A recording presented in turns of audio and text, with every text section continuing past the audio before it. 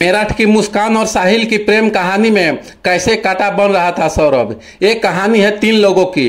29 साल के सौरभ कुमार, 26 साल की मुस्कान रोस्तगी और 28 साल की साहिल शुक्ला की। साल 2016 में सौरभ की मुलाकात मेरठ के मुस्कान से हुई थी। मुलाकात दोस्ती में बदल गई और फिर दोस्ती प्यार में। यूपी के मेरठ में अंजाम दिए गए सौरभ कुमार मर्डर केस की चर्चा पूरे देश में हो रही है। पहले इस कत्ल के पीछे पत्नी पति और वो वाली कहानी सामने आई है। फिर कातिल पत्नी मुस्कान की करतूत बेनकाब हुई और अब मुस्कान के प्रेमी साहिल शुक्ला के बारे में एक के बाद एक कई खुलासे हो रहे हैं जो बेहद हैरान करने वाले हैं। साहिल का अपनी मुर्दा मां से बातें करना और सौरभ की हत्या के बाद उसकी हथेली और सिर को काटकर साथ ले जाना इस मामले को और पेचीदा बना देता है।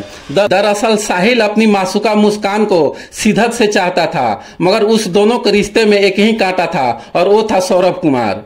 ये कहानी 3 लोगों की है। 29 साल के सौरभ कुमार, 26 साल की मुस्कान रोस्तगी और 28 साल की साहिल शुक्ला की।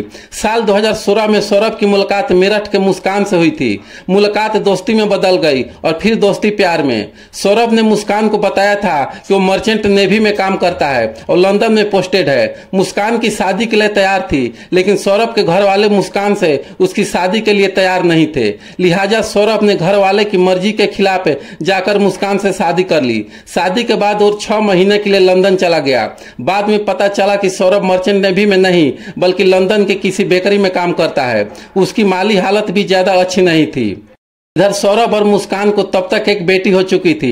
बेटी होने के बाद अब सौरभ के घर वाले भी उसके करीब आने लगे थे, मगर तभी कहानी में एक नया ट्विस्ट आ जाता है। सौरभ ज्यादातर लंदन में रहता था और मुस्कान अकेली अपनी बेटी के साथ किराए के मकान में रहती थी। इसी दौरान मुस्कान की मुलाकात उसकी मोहल्ले में रहने वाले साहिल शुक्ला से हो जाती है, जो स्कूल के दिनों से मुस्कान को जानता था। देखते ही देखते दोनों बेहद करीब आ गए। अब साहिल अक्सर मुस्कान के घर आने लग जाता है, यहाँ तक कि दोनों घर में शराब भी पीते थे और नशा भी करते थे।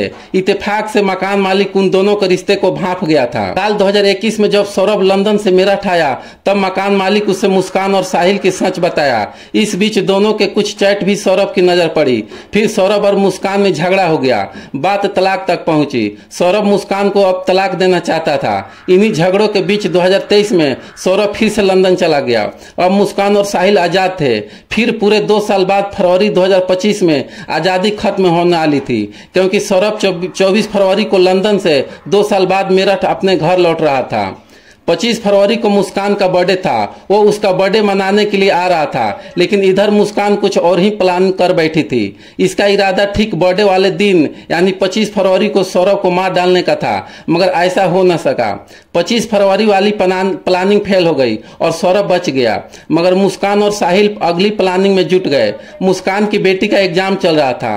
3 मार्च को एग्जाम खत्म होते ही मुस्कान ने अपनी बेटी को अपनी मां के पास घर भेज दिया और 3 मार्च के दिन सौरभ के कत्ल के लिए चुना। उस दिन रात को जैसे ही सौरभ अपने कमरे में सोने गया, मुस्कान ने साहिल को बुला लिया। इसके बाद पहले मुस्कान ने सौरभ के सीने पर तेज धार खंजर से वार किया, क्योंकि साहिल चाहता था कि सौरभ के सीने पर पहला बार उसकी पत्नी मुस्कान ही करे। फिर साहिल चाकू लेकर सौरभ पर टूट पड़ा। सौरभ पूरी तरह से लड़के की कोशिश करते रहा, लेकिन वो हार गया। मुस्कान उसकी मौत का तमाशा देखती रही। कुछ ही मिनटों में सौरभ की सांसें थम चुकी थी। कत्ल के बाद अब लाश ठिकाने लगाने की बारी थी, तो उसकी प्लानिंग भी पहले से हो चुकी थी। इसके बाद साहिल और मुस्कान ने मिलकर एक प्लास्टिक का ड्राम खरीदा। फिर उन दोनों ने बाथरूम में सौरभ की लाशें को टुकड़े किए, उन्हें एक बोरे में भरा और उस बोरे के बड़े ड्राम में डाल दिया। फिर ड्रम को सीमेंट का घोल डालकर भर दिया, यानी ड्रम सौरभ को कब्र बन चुका था। इसके बाद वो दोनों साहिल के घर जाकर आराम से सो गए। फिर 4 मार्च की सुबह हुई। लाश वाला ड्रम कमरे में रखकर अब मुस्कान साहिल के साथ हिमाचल की वादियों में घूमने जा रही थी। 4 मार्च की शाम को दोनों ही एक कैब बुक किया और शिमला, मनाली और कसौली घूमने निकल जाते हैं। उस वक्त मुस्कान अपने साथ कुल 84,000 रुपए लेकर निकली थी। 14 दिन बाद जब पैसे खत्म हो गए तो दोनों ने वापस मेरठ आने का फैसला किया। हालांकि एक दूसरी कहानी यह भी है कि पैसा खत्म होने के बाद मुस्कान सौरभ के अकाउंट से पैसे निकालना चाहती थी। पैसे निकले नहीं तो उसने अपनी मां को फोन किया। मां ने कहा, जब सौरभ तुम्हारे साथ ही घूमने गया है है तो पैसे की क्या जरूरत है। इस पर मुस्कान अपनी माँ को बताती है उसने सौरभ को मार डाला। तब उसकी माँ पहली बार पुलिस को यह सच्चाई बताती है। इसके बाद 18 मार्च को पुलिस मुस्कान के घर पहुंचती है और फिर नीले रंग के इस ड्रम सौरभ की सच्चाई बाहर आती है।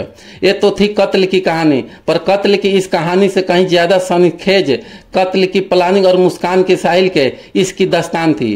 तो पहले इसकी कहानी मुस्कान की बेटी प्ले स्कूल में पढ़ती थी। बेटी को स्कूल लाने के ले जाने के दौरान ही मुस्कान की मुलाकात साहिल से हुई थी। सौरभ चूंकि ज्यादातर बाहर रहता था और मुस्कान अकेले, तो जल्दी ही दोस्ती प्यार में बदल गई। घर में कोई था नहीं तो दोनों जब तब घर में मिल लेते थे। साहिल शुक्ला अंधविश्वासी था, उसकी मां नहीं थी, मगर उसने अपनी मां के नाम पर स्नैपचैट से एक अकाउंट खोल रखा था। उसे लगता था कि उसकी मुर्दा मां उससे बात करती थी। ये बात मुस्कान को भी पता थी। मुस्कान ने अपने भाई के मोबाइल पर एक अकाउंट खोला। उसी नंबर के जरिए वो साहिल को उसकी मां बनकर मैसेज करती थी, मुस्कान अच्छी लड़की है, तू उसके साथ खुश रहेगा। इस वजह से साहिल मुस्कान से और ज्यादा प्यार करने लगा था। शायद मां वाली बात और अंधविश्वास का ही असर था कि अब वो मुस्कान से शादी करना चाहता था और इसके लिए वो सौरभ को रास्ते से हटाना चाहता था। इतना ही नहीं, इसी अंधविश्वासी के चक्कर में वो मुस्कान को भी कहता था कि सौरभ का वध वही करेगी। मुस्कान भी अब सौरभ से पीछा छुड़ाना चाहती थी। इसी के बाद दोनों ने पिछले साल नवंबर में ही तय कर लिया था इस बार सौरभ के मेरठ आते ही उसे मार डालेंगे, और नवंबर से ही कत्ल की प्लानिंग शुरू हो गई थी। सबसे पहले दोनों ने इस बात की प्लानिंग की कत्ल के बाद लाश का क्या करेंगे। आखिर में तय किया गया कि लाश को जमीन में गाड़ देंगे, पर कैसे उन्हें यह नहीं पता था। इसके लिए अब दोस्तों से पूछताछ करने लगे थे, मगर दूसरी तरह से जब लाश दफनाने वाला आइडिया काम नहीं आया तब उन्होंने दो और आइडिया पर काम किया। पहला, लाश के टुकड़े कर बैग में रखकर कहीं फेंक आएंगे, फिर उसे ड्रम में डालकर सीमेंट के घोल से उसे बंद कर देंगे। ड्रम वाला आइडिया साहिल का था। 25 फरवरी को मुस्कान का जन्मदिन आता है, लिहाजा सौरभ ने 24 फरवरी को लंदन से मेरठ लौटने का प्लान बनाया। ये बात मुस्कान को साहिल को बताई। इसी के बाद तय हुआ कि ठीक बर्थडे वाले दिन ही सौरभ का कत्ल होगा। प्लानिंग ये थी कि शराब में बेहोशी की दवा मिलाकर उसे पिला देंगे, फिर मार डालेंगे, मगर उस रात सौरभ ने शराब पी ही नहीं। 24 फरवरी वाला आइडिया यानी पहले कोशिश नाकाम रही और मौत की दूसरी तारीख 3 मार्च की तय की गई, क्योंकि उस दिन मुस्कान और सौरभ की बेटी का एग्जाम खत्म होना था और फिर बेटी को मुस्कान को अपनी मां के घर भेजना था। प्लान के तहत मुस्कान पहले से ही दुकान में 800 रुपए में 2 चाकू खरीद कर लाई थी। दुकान को शक था हो, इसलिए कहा कि मुर्गा काटने के लिए चाकू चाहिए। फिर 3 मार्च की रात आई। इस बार शराब की जगह मुस्कान ने सौरभ का पसंदीदा खाना कोफ्ता बनाया और उसी में बेहोशी की दवा मिला दी। जब सौरभ बेहोश हो गया तब देर रात मुस्कान ने साहिल को घर बुलाया और फिर सौरभ के सीने पर पहला बार मुस्कान ने किया, क्योंकि सौरभ अंधविश्वासी था और चाहता था कि सौरभ का वध मुस्कान करे। ये साहिल अंधविश्वासी ही था कि उसने कत्ल के बाद सौरभ की दोनों हथेलियां काटी थी और फिर उसका सिर और हथेलियां अपने साथ बैग में रखकर घर ले गया था। दोनों ने यह भी पहले से तय कर लिया था कि कत्ल के बाद वो शिमला चले जाए। मुस्कान की मां ने पुलिस को सूचना दी उनकी बेटी अपने पति की हत्या कर दी है। पुलिस ने मुस्कान और साहिल को गिरफ्तार किया और पूछताछ में दोनों ने अपना अपराध स्वीकार किया। पुलिस ने मुस्कान के घर से सीमेंट से भरा हुआ ड्रम बरामद किया जिसमें सौरभ का शव मिला। यह मामला दिखाता है कि कैसे प्रेम संबंधों में धोखा, लालच और नशे की लत ने एक खुशहाल परिवार को बर्बाद कर दिया। मुस्कान और साहिल ने अपने स्वार्थ के लिए एक निर्दोष व्यक्ति की जान ले ली, जिसका खमियाजा अब उन्हें कानून के तहत भुगतना पड़ेगा।